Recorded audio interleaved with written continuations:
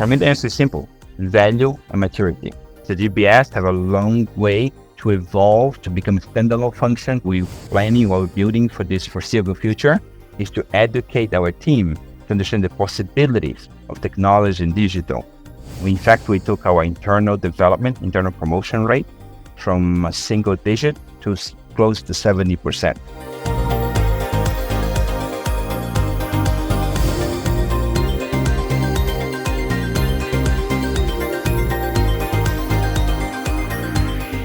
Welcome to GBS Masterminds Podcast Season 4.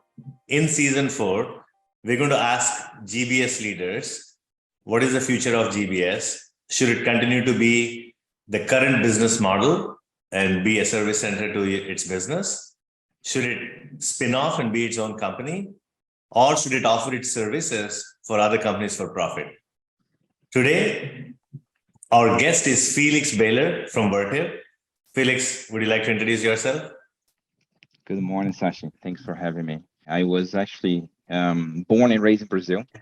I then moved to US to complete my studies and find my way to Romania. It's not your traditional route, but here we are, right?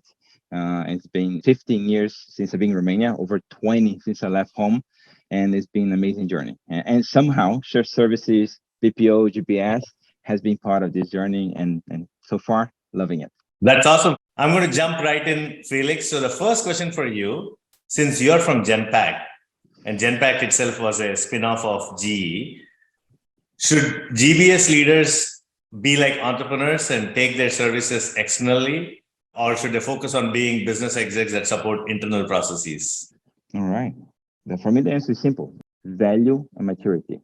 Now, it's worth reminding that I did spend close 8-9 years with Genpact, and for the last 5, I've been running a GPS, right?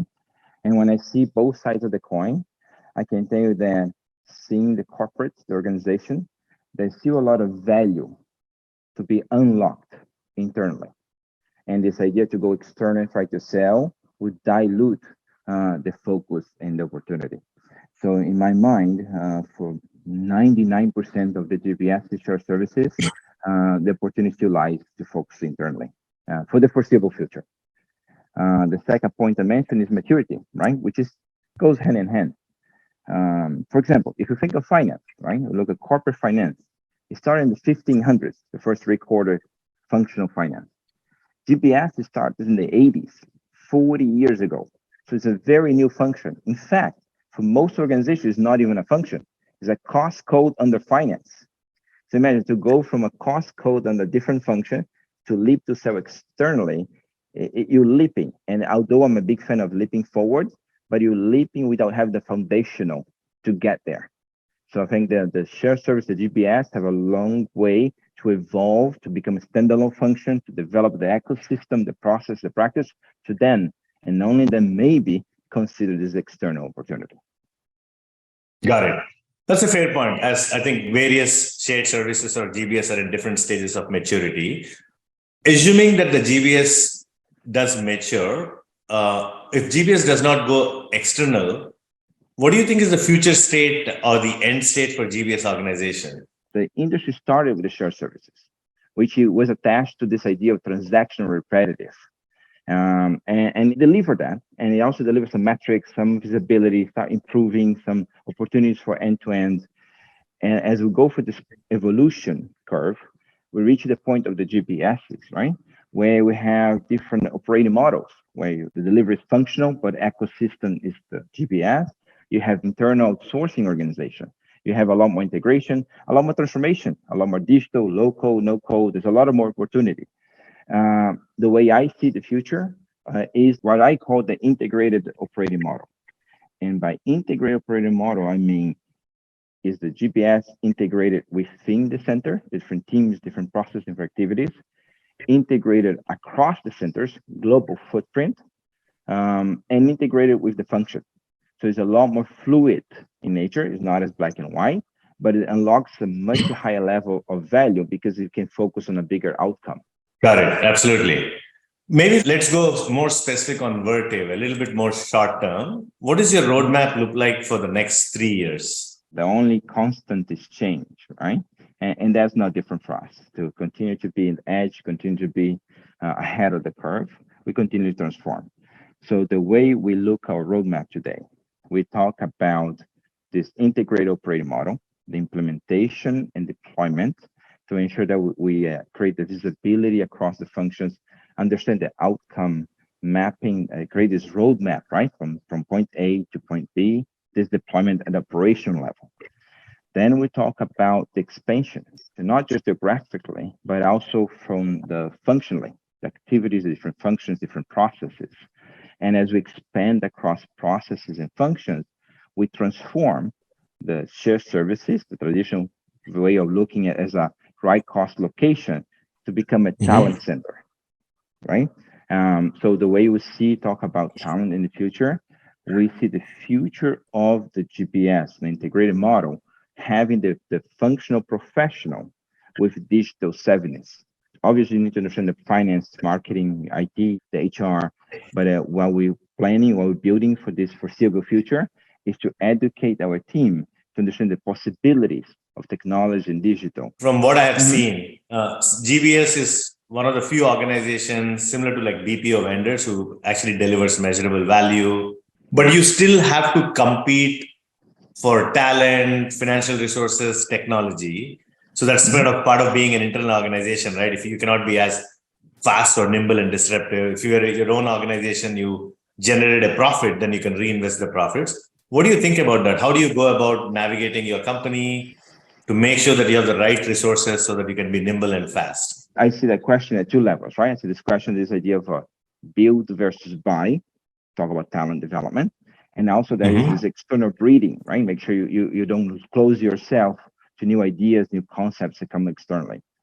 So the way we look at it, the way we drive it, we believe in internal development. We're a big believer in build. In fact, we took our internal development, internal promotion rate from a single digit to close to 70% in the last few years. And that only happens because we have a career mapping, we have succession planning, we have the GBS Academy with the trainings to support this internal growth.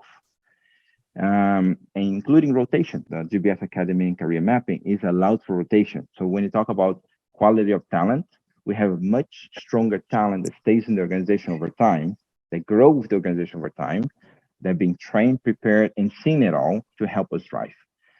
But that's 2/3 of our development. Our target of internal promotion is specifically 70% because we want about 1/3 of the headcount, the new hires, to be external. For certain roles, certain ideas, with targets, profiles from different companies, different industry, to bring new ideas and challenges ourselves, right? So that's why we find a balance in the way that we develop the talent we need, engage and retain, as well bring external breeding ideas and find a balance between being nimble, building, and doing it all in one broad approach. Got it. So I think that's very impressive. So about 70% of talent is internal promotion and 30% is external, right? Correct. And then you're able to do that because you have a very strong training program, rotation program. We developed what we call the GBS Academy.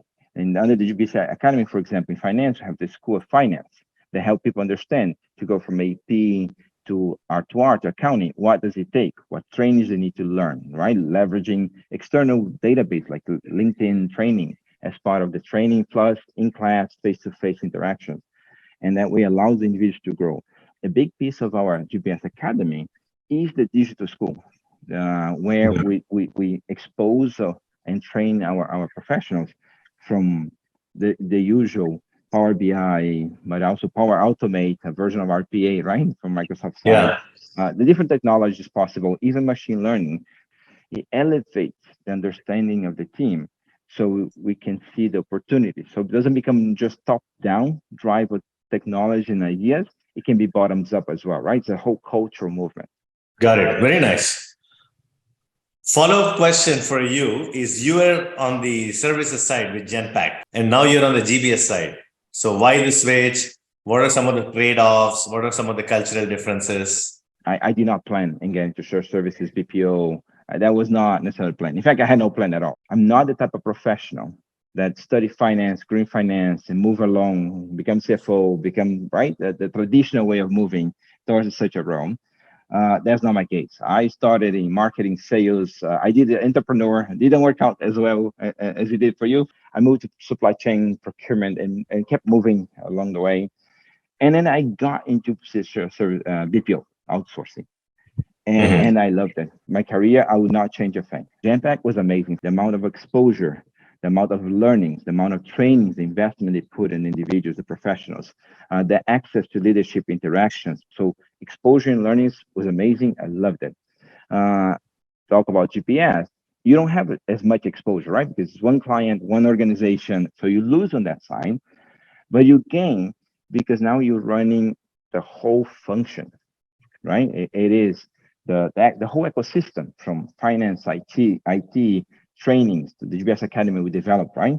HR practices, our financial model, how we charge, how we manage our not just the P&L, but how we manage our taxes, the location strategy, the deployment, the solution, the transitions. So it's a whole business. You're running the business. I love this back office industry because there's so much value, there's so much opportunity, there's so much chance for transformation, innovation, testing, expansion. All right.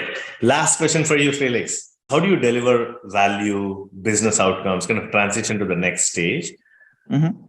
What is your advice for that? Any examples you can give of what you've done at Vertiv? So any GPS lead, any should start the conversation is what is the role that GPS play in this organization? Are we a cost play? Are we to drive the PMO and digital low code, no code agenda? Are we to help integrate the processes end to end? Get that clarification with the executives, with the leadership, right? The second point that I would suggest is understand the organizational culture because the ask may be bring all these high-end, crazy, innovative ideas, but is the profile of the organization is a more conservative culture, not necessarily risking and trying and testing. There's a disconnect. To my third point, which is the governance. So you can have a clear understanding where you want to get. You may have Mhm. a good understanding of what would it take. But if you don't have the right balance of governance, the bottoms up, top down, understand of what would it take to get there, drive this governance, you're not going to go anywhere. You're going to spin around, right? The rules of engagement, the stakeholders, conversations, the QPRs, all of that is critical to drive that agenda. And last, as important as always, the people. Have the right people, right place. The amount of waste we see in organizations, I think the biggest waste to see in organizations is a misalignment of talent and roles. So have the right people, do the right culture to drive that agenda. I think it should be part of this design rather than just wish. Got it. Follow-up question to the governance.